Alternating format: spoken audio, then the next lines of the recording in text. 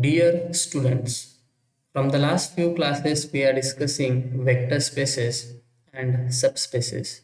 So in today's class we are going to continue with the examples of subspaces that we have started in the last class.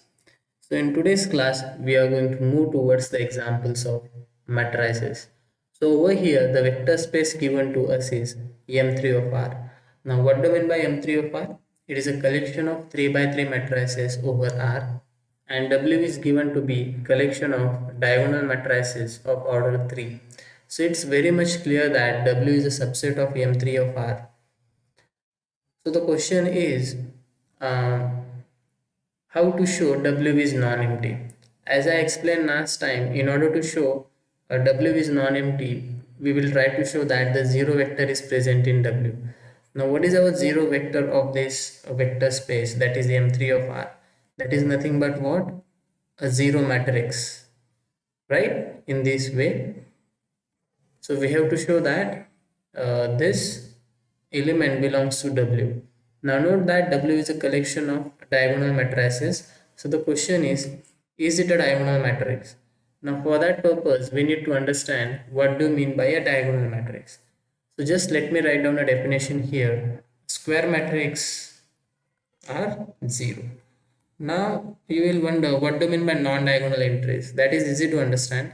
So we need to just recall the notation of a matrix. So this is how we write the elements of a matrix in terms of notation. So just we have to see the entries where row number and column number is equal. So here first row first column, second row second column, and third row third column. So if all these entries, except all these entries, if all the other entries are 0, okay, except all these three entries, if all the other entries of the matrix are 0, then we say that the matrix is a diagonal one. Now, that is what exactly is happening in the zero matrix. You can see that all the entries above diagonal and all the entries below diagonal. So these are the entries above diagonal, these are the entries below diagonal. All these entries are 0, and that is exactly what the definition of diagonal matrix is saying. So thus this is a diagonal matrix, so therefore it will belong to W, and therefore W is non-empty. So just I will write it properly. Belongs to W, therefore W is non-empty. Clearly, remember it is 5. Okay, I will, yeah. So clearly W is a subset of M3 of R. Now we will move towards proving the properties of addition and scalar multiplication. If we are able to prove that, then we can say that this W is a subspace of V. So first, so in order to do it, we will need two elements of W. So we will give the notations as A1 and A2. So I will say let A1 is equal to and A2 is equal to belonging to W be any elements. Now what we have to show is, what we have to check is that whether A1 plus A2 belongs to W or not. Now the question is, when will this A1 plus A2 will go in W? If all the non-diagonal entries are 0. That is what we have to check. So I will say consider A1 plus A2, which is equal to, so put the value of A1 and A2 here. So after adding these two matrices, what we will get? A1 plus A2, 0, 0, 0. And you can see that all the non-diagonal elements of this matrix are 0, and therefore this belongs to W. So thus W is closed under addition. Now we have to check whether W is closed under scalar multiplication or not. In order to do it, we will start with one real number. So I'll say let alpha belonging to R and the matrix A from W. And here we have to check whether this alpha A belongs to W or not. If we are successful in showing this, then we can say that W is a subspace. So I will consider alpha A, which is equal to, after putting alpha inside, we will get, and we can see that all the non-diagonal elements over here are 0. Thus this element belongs to W, and therefore W is closed under scalar multiplication, and therefore W is a subspace of V. Now moving towards the next example here. So W is given to be the set x, y, 2. Remember the z coordinate is 2, xy belongs to R and V is equal to R3. Now take a note that the 0 element of R3 is 0, 0, 0. So over here we have to show that this element belongs to W, and I have already told you why we do that, because the first thing in order to check the subspace is checking whether 0 vector is there in W or not. So if the 0 vector is there, then one can directly say that the set W is non-empty, and he can proceed further showing that W is a subset of V and that addition and scalar multiplication properties will come. But the thing is, if we are unable to show 0 belongs to W, then we can directly say that W is not a subspace. I hope you are getting. If we are able to show that 0 is not there in W, then we can directly say that W is not a subspace. If we show 0 is there in W, it doesn't mean that W is a subspace. We need to verify rest of the conditions as well. Now in this case you can see that the z coordinate of W is always 2, and if you see our 0 vector, what is the z coordinate? That is 0. Then how this vector will belong to W, right? So directly we can say as this 0 vector does not belongs to W, therefore W is not a subspace. And this is the reason I told you to show 0 vector is there in W while proving that W is non-empty, because sometimes in this step only we get the answer whether W is a subspace or not, and this is the example, right? So as seen in the example that we are pretty sure that the 0 vector is not there in W, so therefore we can directly say that W is not a subspace. Now you will wonder why this is happening. This is happening because according to the condition of the vector space, the 0 vector always should be there. That is nothing but our third property. So if 0 vector is not there in certain set, then we can directly say that it is not a vector space or it is not a subspace. So now you can construct plenty of examples which are not subspaces. Like let us say, suppose I am having a set of real line, and if I take singleton 2, now one can directly conclude that this set is not a vector space. If I have singleton 2, 5, 6, 7, still one can say that it is not a vector space because 0 vector is not there. The 0 vector is very important to us. Moving towards the next examples, like if we talk about R2. Now in R2 we have already seen the first example, that is nothing but the line passing through origin. It is already discussed by us, and this set was a vector space. We have already proved it. Now the thing is, this is a line passing through origin. Suppose let us say another example is given to you, which is a line only, but that line is not passing through origin. I mean, suppose the line is somewhat like this.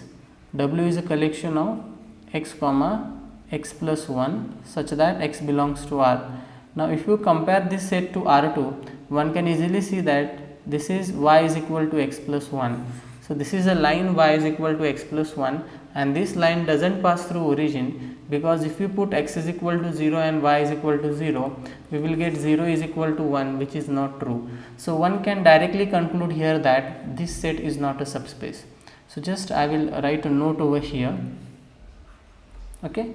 So now the question is, if I take a line passing through origin, then will it always be a subspace? And answer to that question will come ahead in the examples that we are going to discuss. So right now just we can conclude that the lines that are not passing through origin are not subspaces of R2. So now you can tell plenty of subsets of R2 which are not subspaces.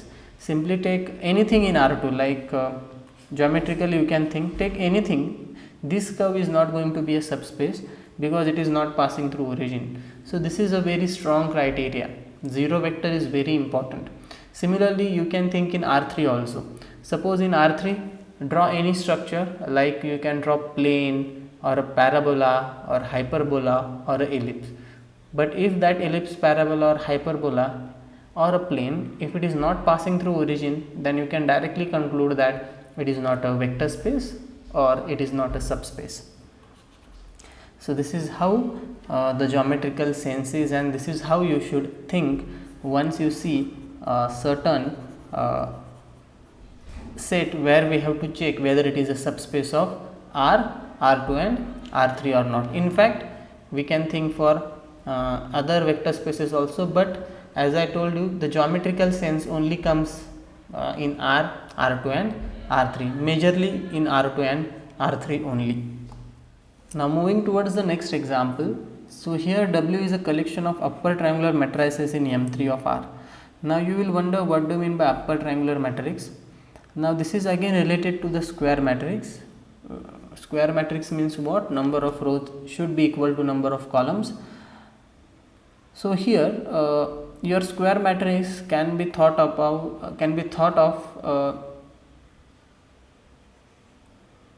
as a triangle, let me say. Okay, you can see that any square can be thought of as a triangle. Suppose you are having a square, let us say, then if you draw one diagonal, then you can see two triangles over here. This is one right angle triangle and this is one right angle triangle, and we call it as upper triangle. Okay, and this one is called as the lower triangle.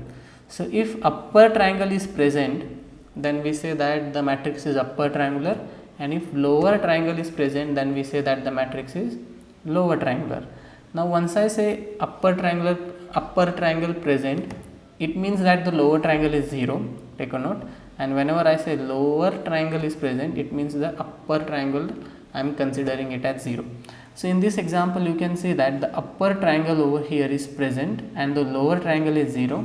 Thus this is a collection of upper triangular matrices. So if you remember in this way, then you will never get confused in the upper triangular matrices and lower triangular matrices.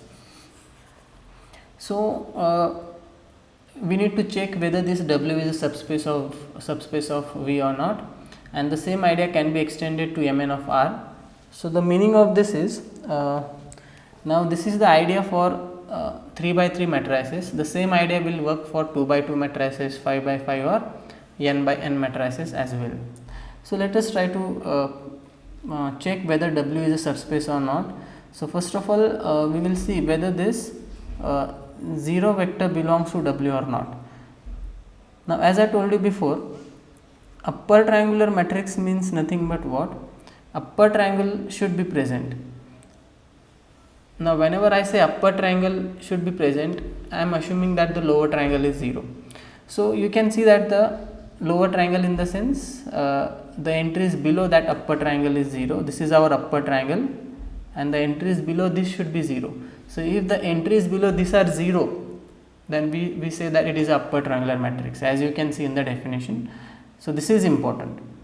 So when will certain matrix go in W? If the entries below diagonal are 0, and in 0 matrix that is exactly happening, right? All the entries below diagonal are 0. So therefore we can conclude that this is upper triangular matrix and therefore it belongs to W, and therefore our W is non-empty. Now there is no issue for the subset, so I will say clearly W is a subset of M3 of R. Now moving towards the properties of closed under addition, scalar multiplication, that I leave it to you, because the solution is going to be same as we have discussed for the diagonal matrices, and over here also I have said that the same idea can be extended to Mn of R. Now here in this example we have shown that the collection of 3 by 3 diagonal matrices is a subspace of M3 of R. So in general you can even show that the collection of 10 by 10 diagonal matrices is a subspace of M10 of R. Okay, thus I have said that the idea can be extended to Mn of R, and the same thing can be done here also in this example, so which I leave it to you. So both the conditions can be verified by you easily, and note that this idea as well can be extended to Mn of R. I mean, you take any collection of upper triangular matrices, let us say if you take collection of 5 by 5 upper triangular matrices, then it is going to be a subspace of M5 of R, and the same will happen for lower triangular matrices also. That also I will leave it to you, that is also homework. Okay, I will say show, okay, W is equal to, now in this case we will think of just 2 by 2 matrix, so A0 B C. Okay, so you can see that this is collection of lower triangular matrices, okay, but just 2 by 2, such that ABC belongs to R, is a subspace of M2 of R. Now this idea as well can be extended to Mn of R. Okay, so this is homework. So we'll stop here. Thank you.